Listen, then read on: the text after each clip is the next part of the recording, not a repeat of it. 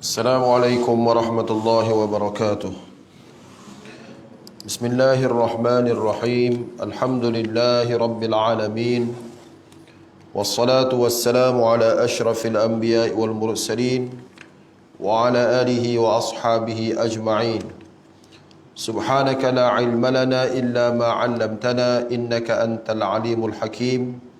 Wa la hawla wa la quwwata illa billahil aliyyil azim. Amma ba'du.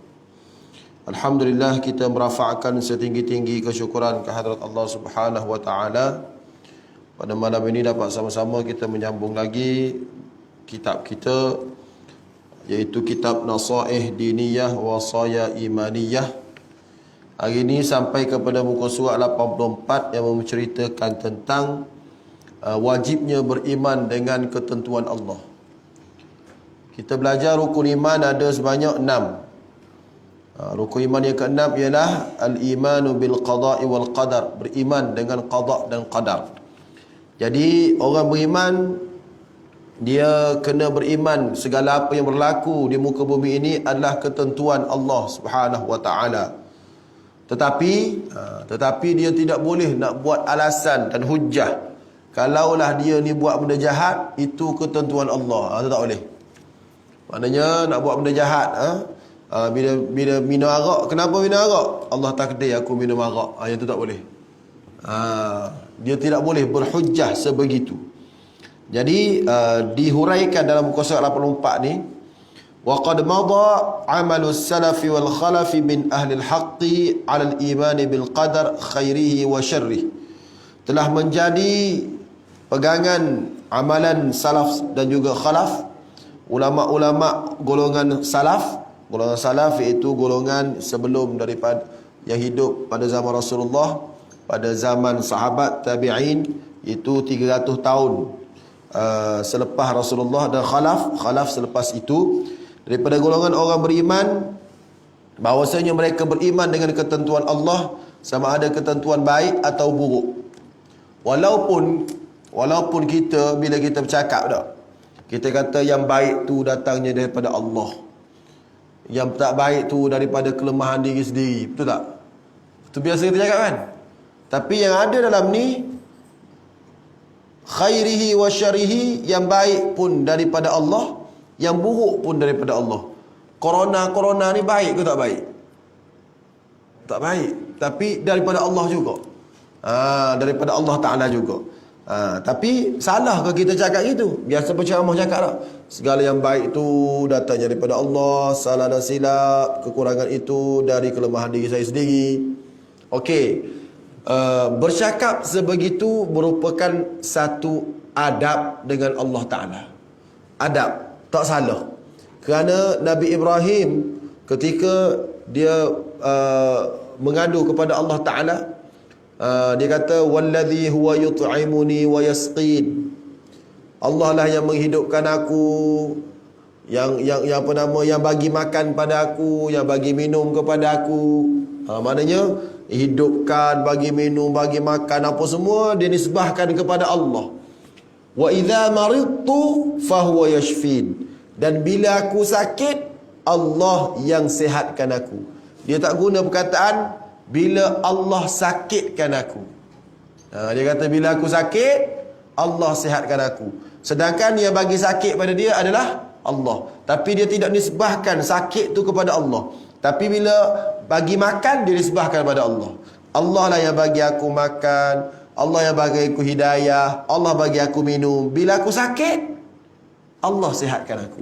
Maknanya bila benda tak baik tu, dia tak nak nisbahkan pada Allah, tapi dia nisbahkan pada diri dia. Hakikatnya sakit pun datang daripada Allah, sembuh pun datang daripada Allah Ta'ala. Itu iman kita dengan qada' dan qadar. Wan'aqada ijma'uhum rahimahullah alaihim ala dhalik. Dan memang beriman dengan kepada qada' dan qadar ini merupakan ijma', iaitu kesepakatan ulama. Kena beriman kepada qada' dan qadar. Wa 'alal imsak 'anil ihtijaj bil qadari 'inda tarkil amri wa ityanin nahyi. Ijma', sepakat ulama kata tak boleh kita nak buat alasan qada' dan qadar bila kita tinggalkan perkara yang Allah suruh dan buat perkara yang Allah larang. Mana iman dengan qada dan qadar. Tapi kalau nak buat benda jahat, jangan kita berhujah, beralasan dengan qada dan qadar. Tak boleh. Yang tu Sayyidina Umar pernah marah orang yang beralasan dengan qada dan qadar dalam perbuatan maksiat. Baik, Sayyidina Umar kan bila berlaku wabak di satu tempat, maka Sayyidina Umar tak pergi tempat tu. Kan, bila ditanya, lari daripada qada dan qadar ke? Maka Sayyidina Umar kata, kita lari daripada ketentuan Allah kepada ketentuan Allah. Ketentuan Allah yang tak baik, apa dia? Pergi tempat wabak tu, lari pergi ke ketentuan Allah yang baik. Sebab itulah bila isu dulu kan, isu naik harga minyak, maka orang kata ini ketentuan Allah kan. Betul, naik harga minyak pun ketentuan Allah, turun harga minyak pun ketentuan Allah. Dua-dua ketentuan Allah berlaku. Habis kita nak pilih mana? Kita nak pilih mana? Jadi kedua-duanya ketentuan Allah Ta'ala. Jadi jangan berhujah dengan ketentuan Allah. Wa kanu yarawna dhalika min a'zamil munkarat. Dan orang yang berhujah, beralasan dengan ketentuan Allah ketika dia buat maksiat, kenapa tak semayang? Allah takdir aku tak semayang. Kenapa minum arak? Allah takdir aku minum arak. Kanu yarawna dhalika min a'zamil munkarat. Ulama-ulama dahulu dan kemudian mengatakan itu adalah perkara mungkar paling besar, iaitu beralasan dengan qada qadar ketika buat benda haram dan meninggalkan benda-benda wajib.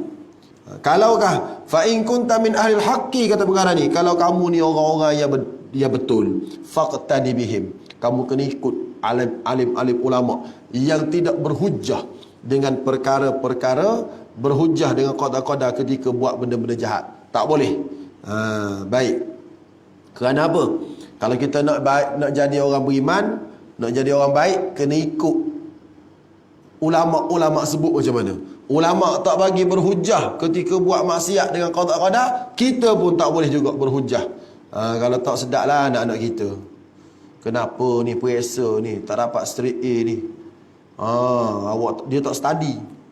Allah, kalau saya study banyak pun ketentuan Allah, saya takkan dapat straight A juga. Padahal dia malah study. Tu. Sebab tu dah kena study. Tapi kalau study sungguh-sungguh dah, tengok anak rajin dah, tiba-tiba tak dapat keputusan yang cemerlang, yang tu barulah boleh beralasan dengan ketentuan Allah. Kalau nak ambil alasan ketentuan Allah untuk malas study, itu bukan ahlus sunnah wal jamaah. Jadi ahlus sunnah wal jamaah beralasan dengan qada dan qadar ketika melakukan maksiat dan tidak buat perkara-perkara yang Allah suruh, itu adalah satu kemungkaran yang amat besar. Jadi Allah Ta'ala sebut, kalau nak jadi orang baik, kena ikut orang-orang yang Allah Ta'ala sayangi. Ikut mereka. Mereka tidak beralasan dengan qada-qadar, kita pun tak Allah beralasan dengan gitu. Maka Allah Ta'ala sebut, pengarang sebut ayat, wa man yushaqiqir rasula min ba'di ma tabayyana lahul huda wa yattabi' ghayra sabilil mu'minin nuwallihi ma tawalla wa nuslihi jahannam wa sa'at masira. Sesiapa yang menentang ajaran Rasulullah sallallahu alaihi wasallam sesudah terang nyata kepadanya kebenaran petunjuk yang dibawanya, dan ia pula mengikut jalan yang lain daripada jalan orang beriman, kami akan memberikannya kuasa untuk melakukan kesesatan yang dipilihnya, dan pada hari akhirat kelak kami akan memasukkannya ke dalam neraka jahanam. Jadi ayat ni nak tunjuk kepada kita perlunya kita mengikut jalan-jalan orang-orang yang soleh. Jadi jalan orang soleh, dia tidak menjadikan qada qadar alasan untuk melakukan perkara-perkara mungkar. Thumma lam, ketahuilah, rahimakallah, moga Allah rahmati kamu, annahu la yajuzu wa la yasihhu lil mu'minin an ya'taqida fi nafsihi annahu la haraja wa la junaha alaihi idza taraka wajiban aw fa'ala muhraman. Sesudah itu hendaklah kau mengetahui bahawa tidak harus dan tidak patut bagi seorang mukmin mempercayai dalam dirinya tidak salah atau tidak berdosa jika dia meninggalkan perintah yang wajib atau melakukan perkara haram kerana takdir menguasai dirinya atau telah ditetapkan di dalam dirinya. Maksud ni, tak apa kita ni Tak apa, sebab semua yang kita berlaku, semua yang kita buat ni Allah takdir berlaku dah. Jadi kalau kita tak nak semayang pun, kalau Allah takdirkan kita semayang juga. Walaupun niat kita tu niat tak baik, tapi Allah dah takdirkan kita akan jadi baik juga. Maknanya tak boleh tinggal ikhtiar. Mudah-mudah cakapnya, tak boleh tinggal ikhtiar. Ikhtiar kena ada. Dalam Quran Allah Ta'ala sebut dalam akhir surah Al-Insan, wasbir li hukmi rabbika wa la tuti' minhum athiman aw kafura wadhkur isma rabbika bukratan wa asila wa min al-layli fasjud lahu wasabbihu laylan tawila inna haula'i yuhibbuna al-ajilah wa yadhuruna wara'ahum yawman thaqila. Nahnu khalaqnahum wa shadadna asrahum wa idha syi'na baddalna amsalahum tabdila wa idha syi'na baddalna amsalahum tabdila inna hadhihi tazkirah. Sesungguhnya Quran ini adalah tazkirah, peringatan. Maka Allah Ta'ala bagi tahu, faman sya'attakhadha ila rabbih sabila. Siapa-siapa nak ikut peringatan ini, dia ambil jalan Quran, dia akan selamat. Allah Ta'ala bagi tahu, aku bagi dah Quran, kau ikut Quran selamat. Tapi ayat seterusnya, wa ma tasha'una illa ayyasha Allah. Tapi semuanya juga termasuk dalam kehendak Allah. Maknanya memanglah kita usaha untuk dapat ikhtiar sungguh-sungguh nak kebaikan, tapi semuanya di bawah ketentuan Allah. Kalau Allah tak izin, jadi tak? Tak jadi. Kita ni dah niat dah nak semayang tahajud, dah niat dah nak semayang tahajud, kunci jam lagi apa semua, tapi kalau Allah tak izin, tak bangun juga. Betul tak? Maknanya bukan semua yang kita nak Allah izinkan, walaupun yang kita nak itu adalah benda baik. Betul? Allah tak izin, tak jadi juga. Tapi walaupun Allah tak izin, tak jadi, kita azam sungguh-sungguh, pahala tu Tuhan tulis tak? Dapat. Dapat pahala. Tu nak bagi tahu baiknya Allah. Ada juga satu lagi, memang dah buat perancangan dah nak buat jahat, memang merancang sungguh dah buat jahat dah, tapi kalau Allah tak izin, jadi tak buat jahat? Tak jadi. Tapi Allah tulis pahala, Allah tulis dosa tak? Allah tak tulis dosa. Tu baik Allah Ta'ala, tak tulis dosa sebab tak jadi. Tu baiknya Allah Subhanahu Wa Ta'ala. Jadi pengarang ni kata, janganlah kita beranggapan bahawasanya kita bebas daripada usaha ikhtiar. Tak usah usaha ikhtiar, tak apa dah, Allah tentu dah. Ini tak kena. Usaha ikhtiar tetap ada, dan Allah Ta'ala akan balas kepada kita atas usaha ikhtiar kita. Baik.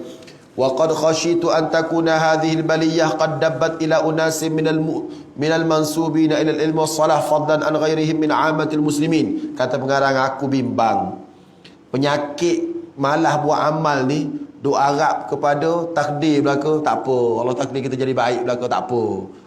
Ataupun kalau kita buat baik pun Allah dah takdir kita jadi jahat-jahat juga. Jenis perangai macam ni, percaya macam ni, kata pengarang ni, aku bimbang.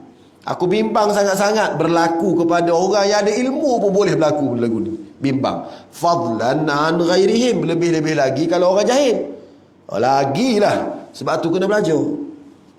Wa yakadu yadullu ala wujudi hadzal amri minhum annahu la yadhharu alaihim kathiru tawajju'in wa ta'allumin wa ta'assufin 'indama yasduru min ba'dihim ma yulamu alaihi wa yadhammu bi syar'a. Dia kata, aku boleh kata benda ni berlaku sebab apa?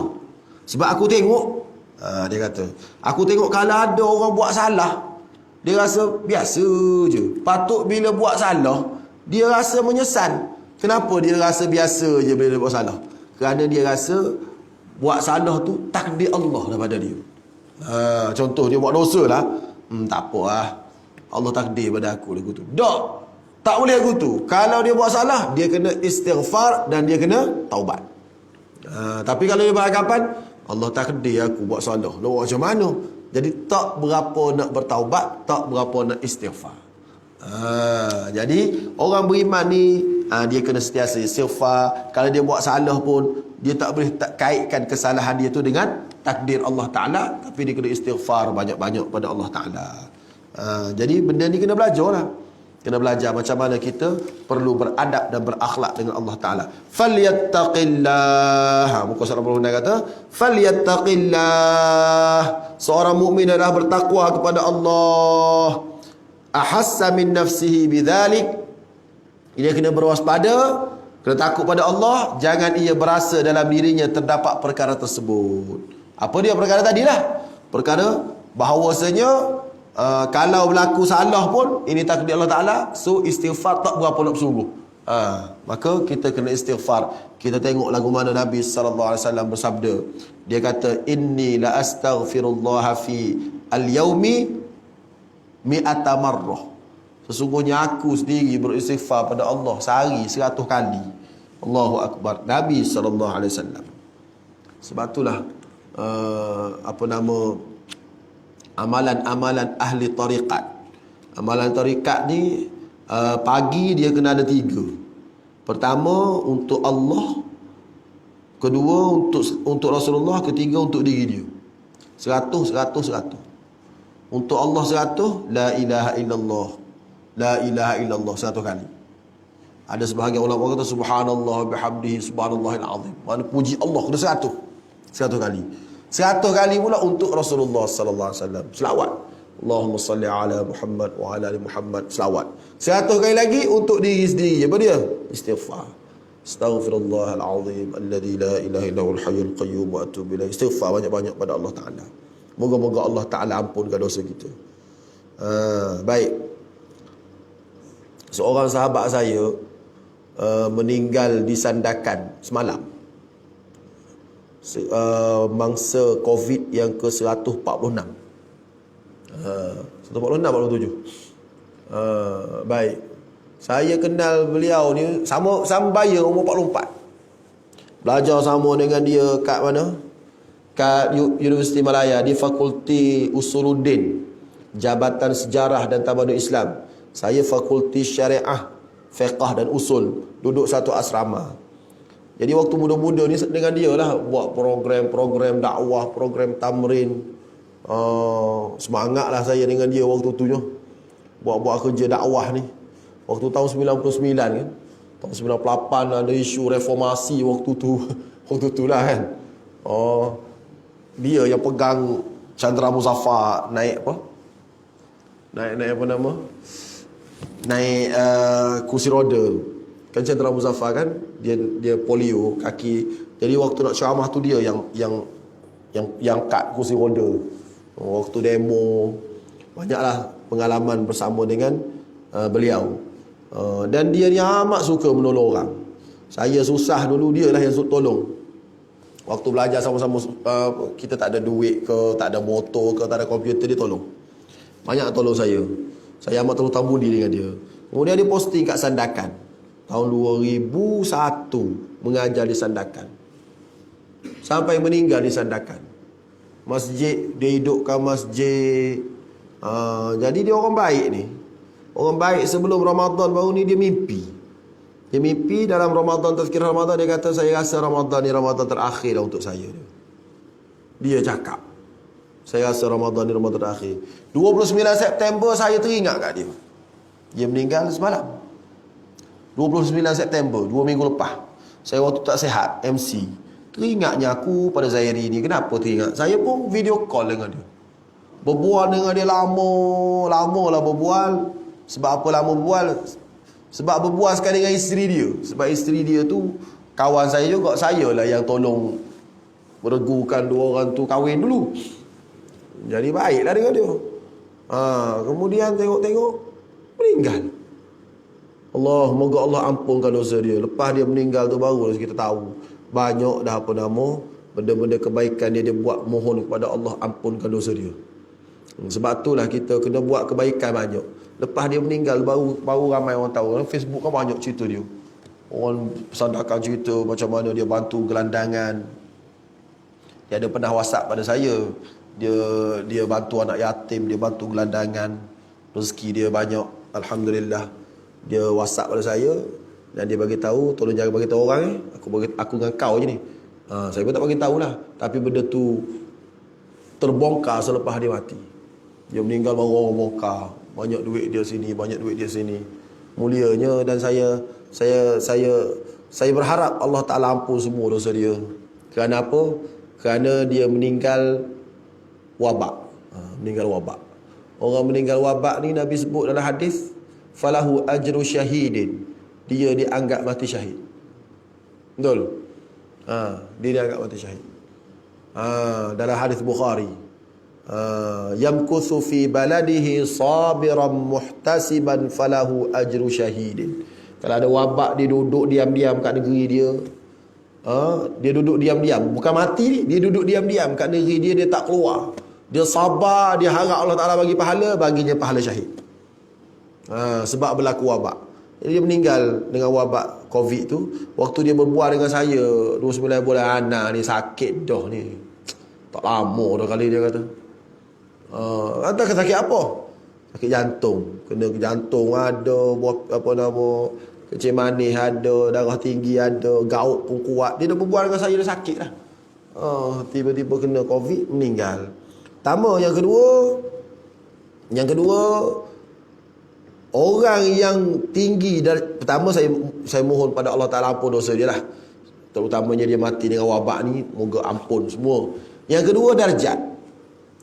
Darjat seorang itu, dalam satu riwayat, Nabi pernah pergi semayang jenazah orang Ansar.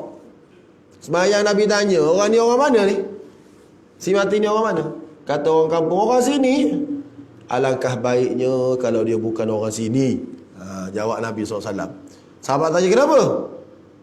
Sesungguhnya orang beriman ni, darjat dia dalam syurga diukur daripada tempat dia lahir sehingga tempat dia meninggal.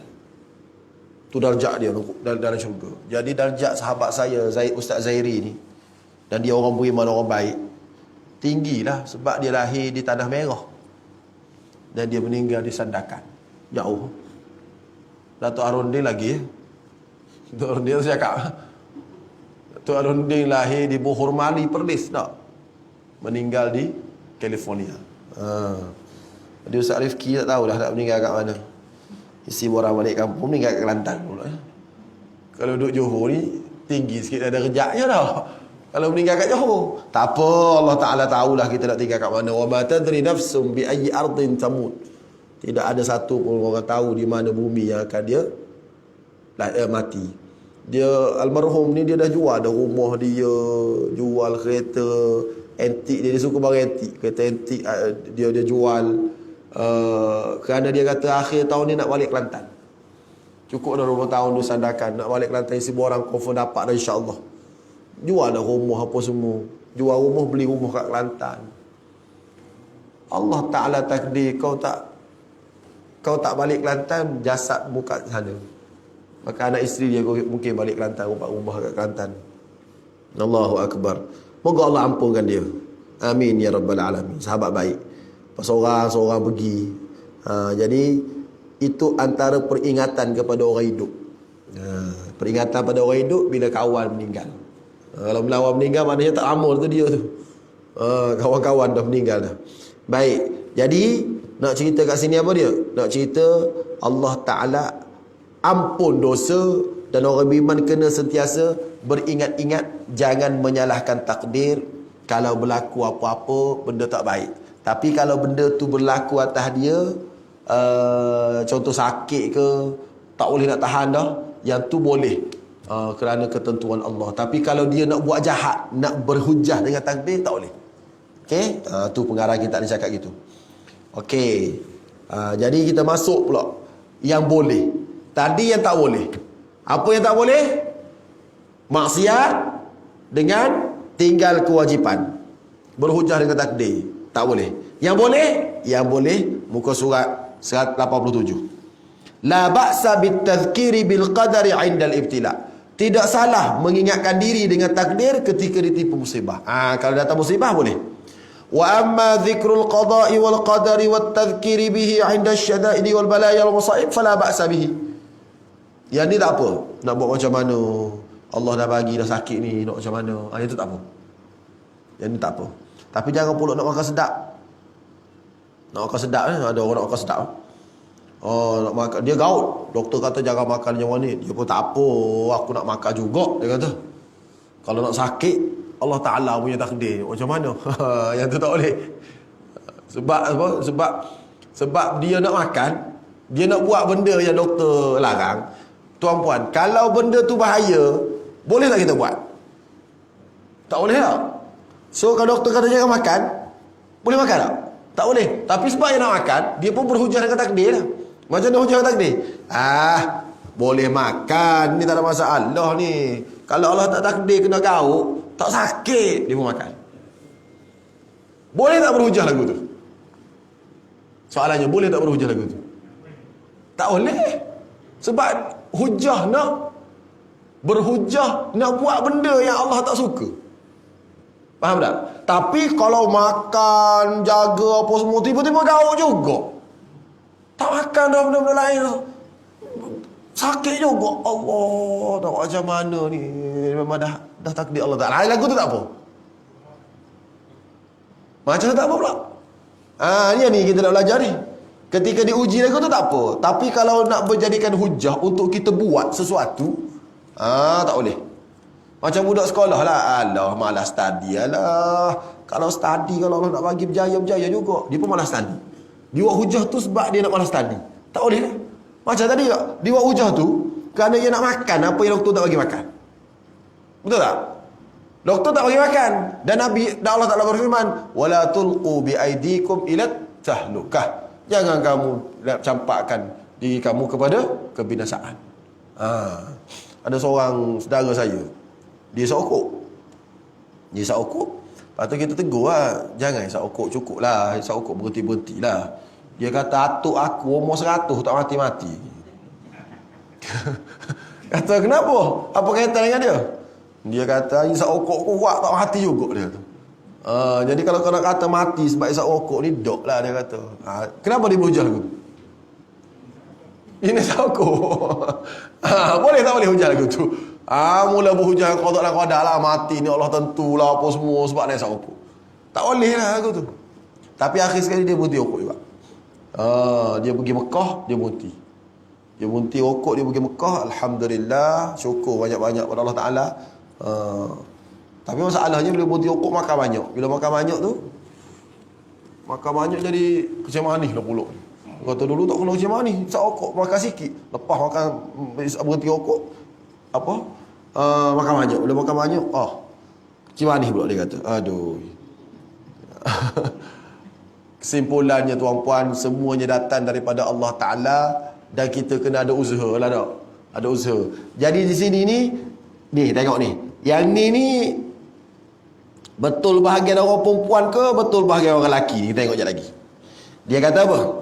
Menyebut tentang qada dan qadar ketika kena ujian, itu tidak mengapa. Orang lelaki dia nak kahwin seorang lagi. Dia kata, awak tak usah duk tekak lah saya. Kalau saya nak kahwin juga, itu ketentuan Allah. Dia berhujah kata Allah nak bini, dia nak kahwin. Bila kahwin sungguh, isteri marah.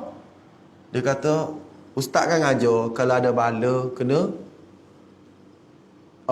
berhujah ketika datang bala dengan qada tak salah. Betul tak? Kan kita belajar ni.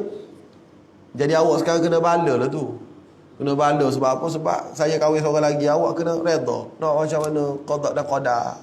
Maka isteri pun tak apalah bang, qada dan qadar saya redha lah. Tapi soalan tadi, suami isteri tanya balik, ya awak juga berhujah dengan qada dan qadar sebab awak nak kahwin seorang lagi tu, boleh ke tak boleh? Dia nak kahwin seorang dia hujah qada dan qadar. Jadi menggunakan hujah dan qada ni bagi orang isteri mungkin boleh pahala lepas berlaku. Bagi orang lelaki, itu salah satu cara dia nak lepas diri.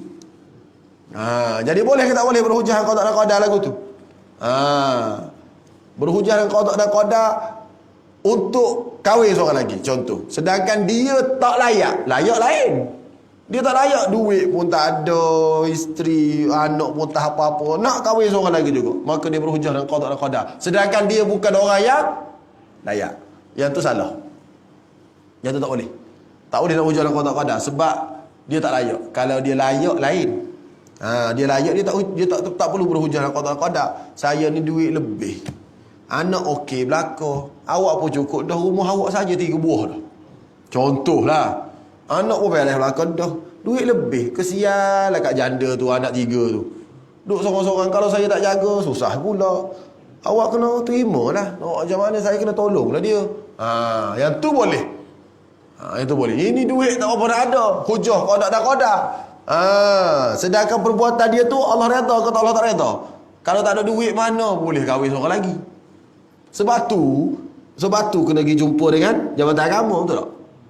Pergi jabatan agama, tengok satu duit banyak mana apa. Saya rasa kalau saya pergi jabatan agama tak lulus saya. Tak lulus nak kahwin seorang lagi. Dia tengok anak banyak ni, isteri ni tak lulus. Tapi saya tengok ramai orang duk kahwin je. Jadi kahwin ni kita kena ingat, kahwin seorang lagi ni bukan tak boleh. Boleh sekiranya tidak mengganggu gugat agama kita. Ini orang tengok apa? Orang tengok buruknya Islam bila orang berpoligami. Betul tak? Buruknya Islam. Kalau nampak comel sebab orang-orang yang kaya, yang soleh, yang baik buat, silakan. Ahlan wa sahlan. Kita pun suruh buat juga, bukan tak suruh buat. Tapi kalau boleh menyebabkan Islam itu daripada buruk kerana poligami, jangan berhujjah dengan takdir untuk buat benda yang tak patut buat. Tu kaedah dia. Sebab biasa orang lelaki guna hujah ni, Allah takdir ni buat lagu mana, ya kau cari apa tu. Baik. Jadi ketika mana berlaku musibah, boleh berhujjah atau beralasan dengan takdir. Kata dia, wahya ihtijajun ala nafsi wa laysa ihtijajan laha. Wa li anna al-'abda al-mubtala al-musab idza 'alima anna al-mubtaliya huwa rabbuhu ar-rahim bihi wa annahu bidzalika al-bala' sabaqa 'alaihi al-kitab min Allah ta'ala tahaqqaqa wa ayqana anna dhimna dzalika lahu salahan wa khairan katsiran. Dia kata kalau orang boleh bila kena ujian sakit ke, ujian anak meninggal ke dan sebagainya, dia rasa ini semua ketentuan Allah Ta'ala, dan dia tahu Allah Ta'ala ni bila menguji dia pasti dia uji benda yang membawa kebaikan untuk diri dia, sebab dia tahu Allah ni pemurah lagi maha penyayang. Jadi dia pun dapat terima ketentuan Allah itu kerana ketentuan Allah itu akhir sekali bawa kepada kebaikan. Macam saya posting Johor lah. Saya posting Johor ni, mula-mula tak boleh terima. Mana boleh terima, jauh. Duduk mengajar Kelantan baik-baik, posting Johor, walau sedihnya. Tapi kita fikir balik, ini ujian Allah untuk aku, pasti ada kebaikannya.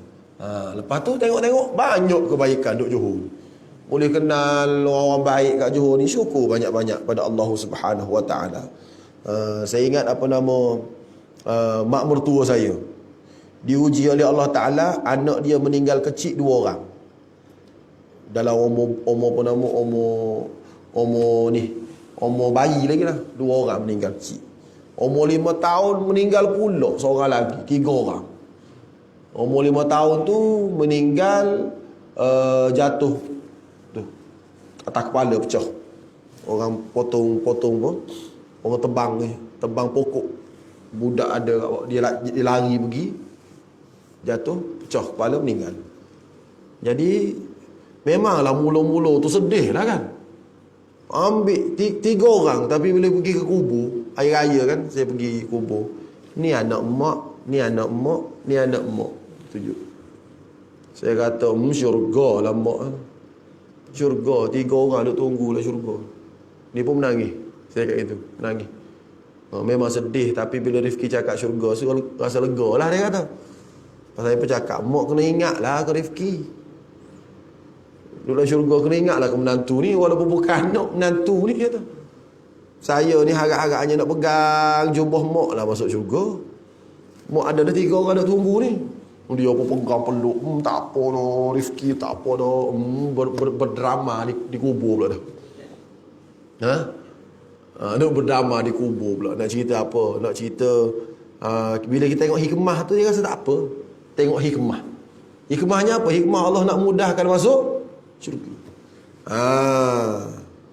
Qabattu Safiyahu dalam hadis Nabi. Qabattu Safiyahu hadis kursi.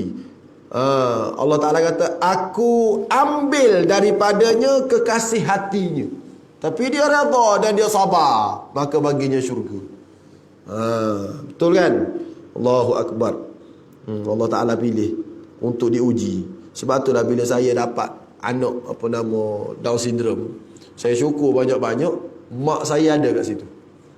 Mak mertua ada. Bila mak mertua ada ni, dia ialah kita ustaz pun sedih lah mula-mula kan.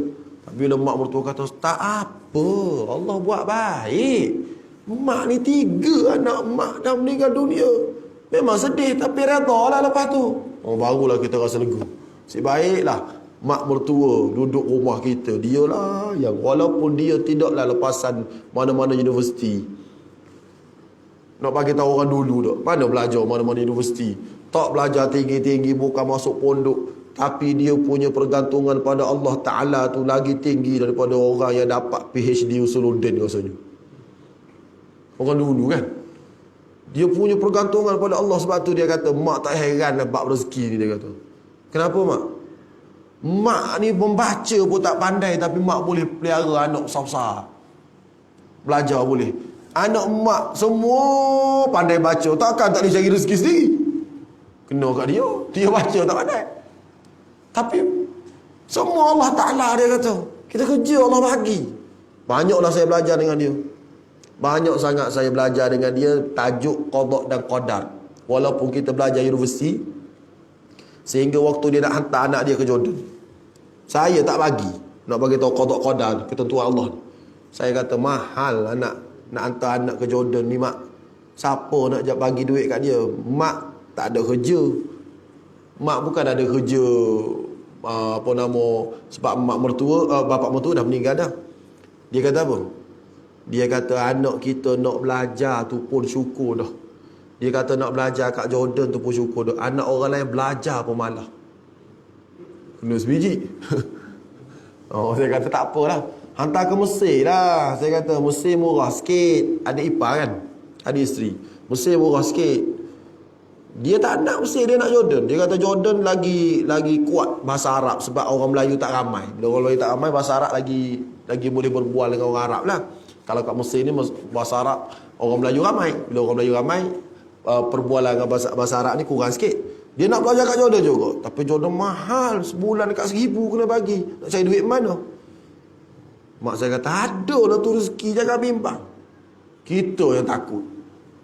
Lepas tu dia pun kata, tak apalah. Saya kata, bawa pergi Johor lah, jadi imam tarawih. Nanti kita bincang macam mana. Bawa jadi imam tarawih. Bila dengar adik ipar baca bagus ni, ramailah yang berkenan. Saya pun cakap lah, siapa-siapa nak sponsor dia belajar, boleh lah.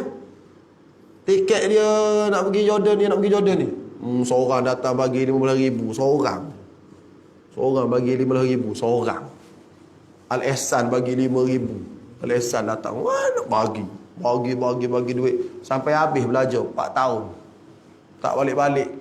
Selesai. Duit ada adik-beradik bagi, ada orang bagi, ada orang datang, ustaz dah habis dah belajar belum? Ini ambil duit ni, dia belajar. Ramai banyak kali orang bagi duit kat dia. Saya pun heran, kejap bagi duit sampai habis belajar. Saya pun kata, berani sungguh kepercayaan seorang ibu yang bukan ada kerja pun, anak nak belajar.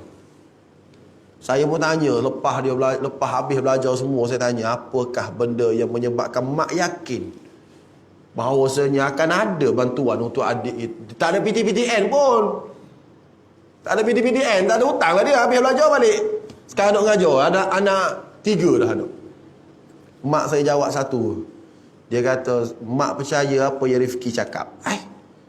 Apa pula saya cakap?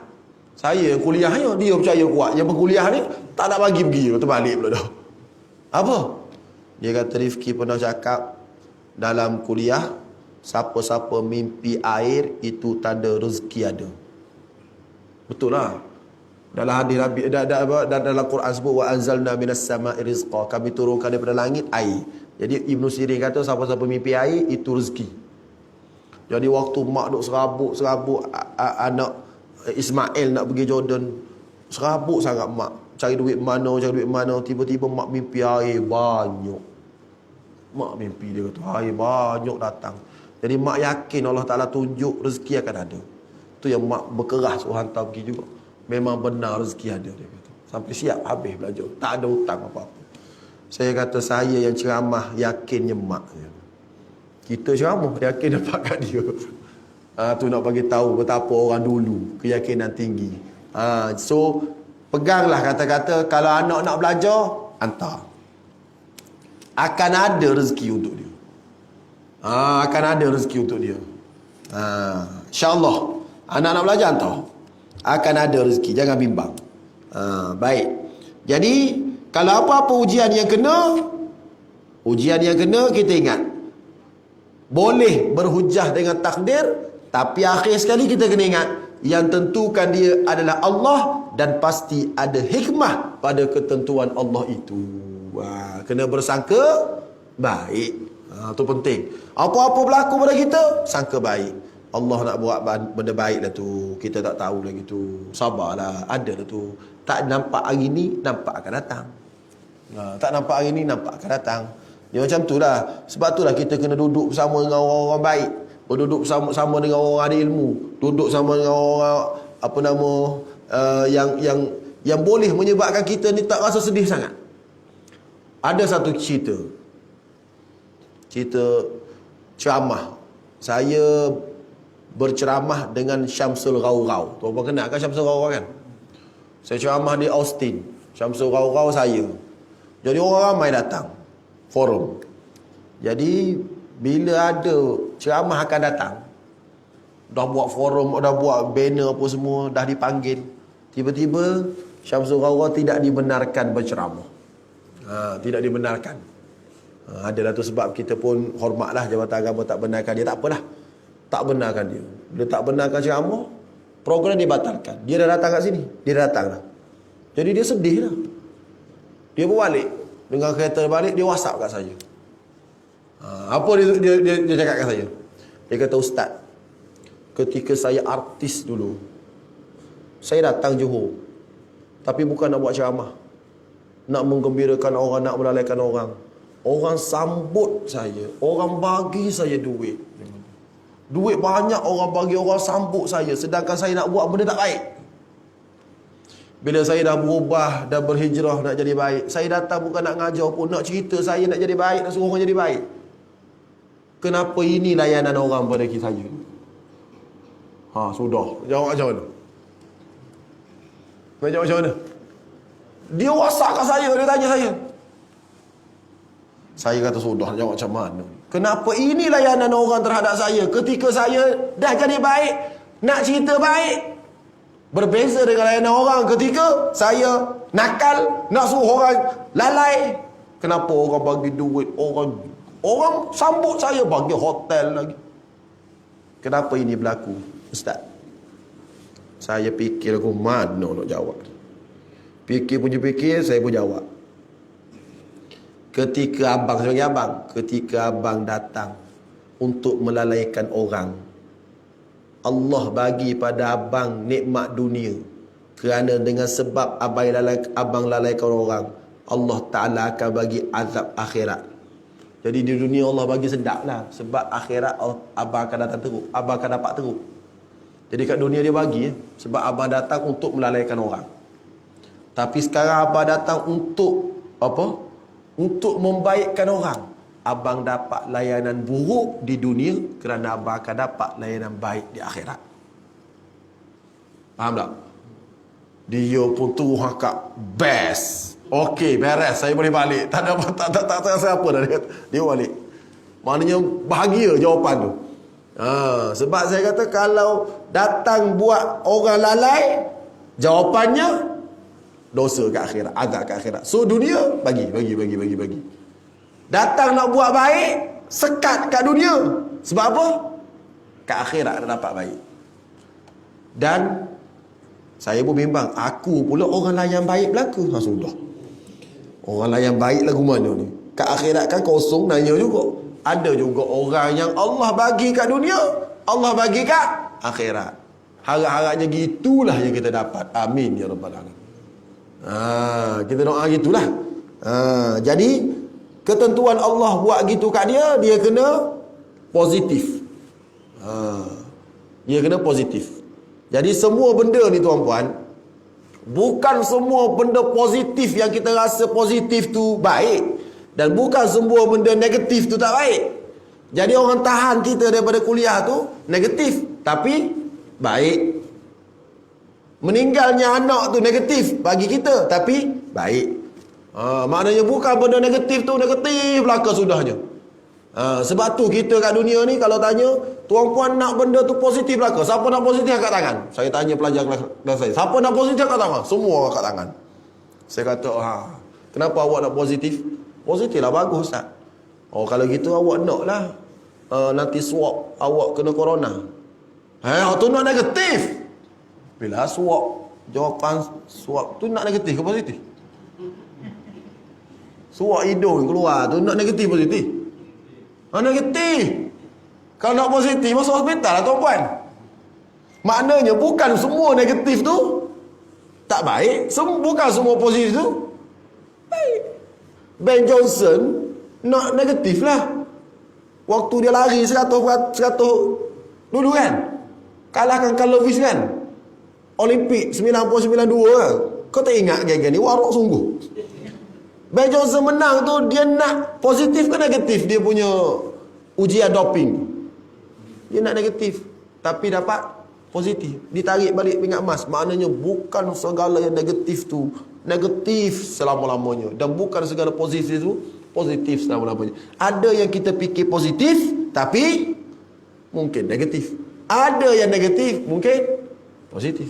Jadi apa yang Allah buat pada kita, bersangka baiklah dengan Allah Subhanahu wa taala. Sebab tu Nabi pesan, kalau nak mati Nabi pesan, la yamutanna ahadukum illa wa hum yuhsinuna dhanna billah. Jangan sekali-kali kamu mati melainkan dalam keadaan kamu kena baik sangka dengan Allah. Jadi lepas tu kalau orang sakit nak mati, kena baik sangka. Sakit Allah nak ampun dosa aku, tak apalah Allah nak ampun dosa aku. Kena baik sangka gitu. Kena baik sangka. Kalau orang mati dalam keadaan baik sangka tu, dia mati dalam keadaan baik lah, sebab sangkaan dia pada Allah baik. Jadi kalau dia sangka tak apalah nak mati, Allah Ta'ala ampun dosa aku baik sangka, anak-anak aku Allah jaga, isteri aku Allah jaga, kena baik sangka gitu. Ni Nabi pesan ni, janganlah kamu mati melainkan kamu dalam keadaan baik sangka dengan Allah. Maknanya kita dengan Allah tu kena fikir baik sangka positif, walaupun yang kita rasa tu negatif. Allah bagi sakit negatif, tapi fikir positif.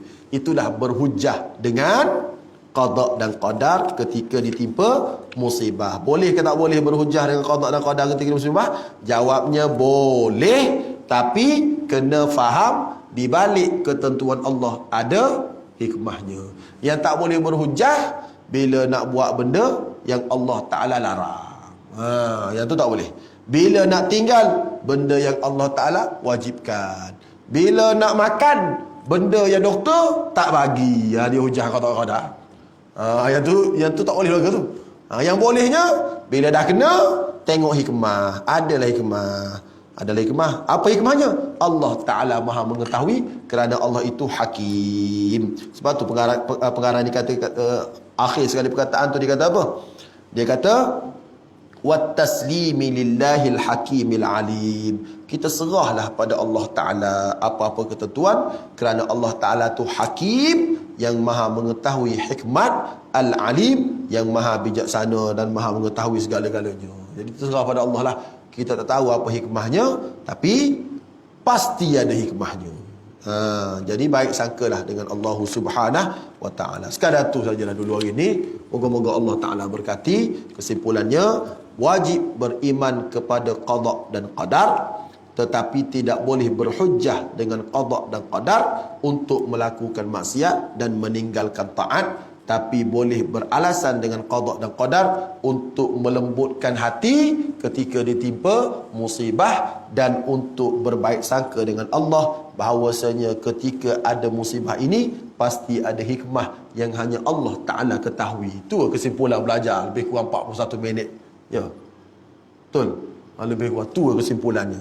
Habisnya lepas tu kita boleh berhenti. Kita doa pada Allah Ta'ala, moga-moga Allah Ta'ala terima dan jadikan kita orang beriman kepada Allah Ta'ala. Aqulu qawli hadha wa astaghfirullah li wa lakum. Assalamualaikum warahmatullahi wabarakatuh. Allahumma anfa'na bima 'allamtana wa 'allimna ma yanfa'una. Allahumma zidna ilma. Wa sallallahu ala sayyidina Muhammad wa ala alihi wa sahbihi wasallam. Walhamdulillahirabbil alamin. Taqabbalallahu minkum.